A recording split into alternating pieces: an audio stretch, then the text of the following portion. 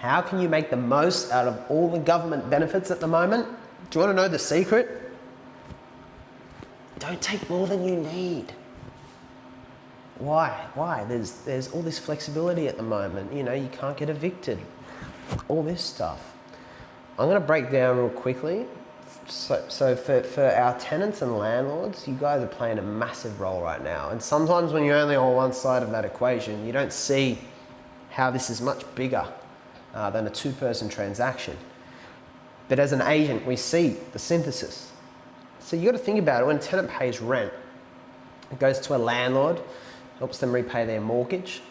All right, so that keeps the banks in business and lets their staff pay off their mortgages. It pays agents like myself, who can then go and pay their mortgages off and afford their living expenses. It goes into maintenance, into council rates, into water rates. It's this lifeblood that flows through our freaking economy. And too many people, you know, I love about the virus is that this is just, it really reveals who cares about, who has a bigger kind of perspective than their own little world. Because so many people are stuck with, this has happened to me, therefore I need to get the most out of it I can and pass the hurt onto someone else. And landlords, I guess, are normally seen as being resourceful and dehumanized and all that.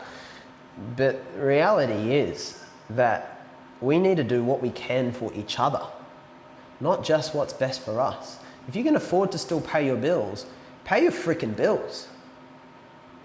And I'm not coming from a moral high ground. My business, like all other real estate businesses, has taken an immediate hit. A lot of businesses are getting hit a lot worse than us. A lot will be fine altogether. But you know, it's just the way the cookie crumbles. It's the way the pennies fall. We're all just got to do what we can, but you've got to remember that you're part of a bigger thing, and we all play a big part in sustaining each other's lives through all these interconnected industries. So, you know, you've got to think bigger than just getting the best deal you can at the moment. Instead of getting the best deal you can at the moment, focus on taking just enough to do your part, because that way you can help this thing kind of get back on track faster. And you know, from the perspective of rent, just because we've seen that one come up obviously from the agent, just want to point out something you might be interested in. So even though there is a 6-month pause on evictions being put through, after that 6 months you're going to see a big hammer drop with eviction requests coming through from agents. And what will actually happen is if your rental arrears is too high, it'll actually go past what's called the tribunal in each state, and it'll be litigated through courts, and you'll be liable to pay legal costs for that.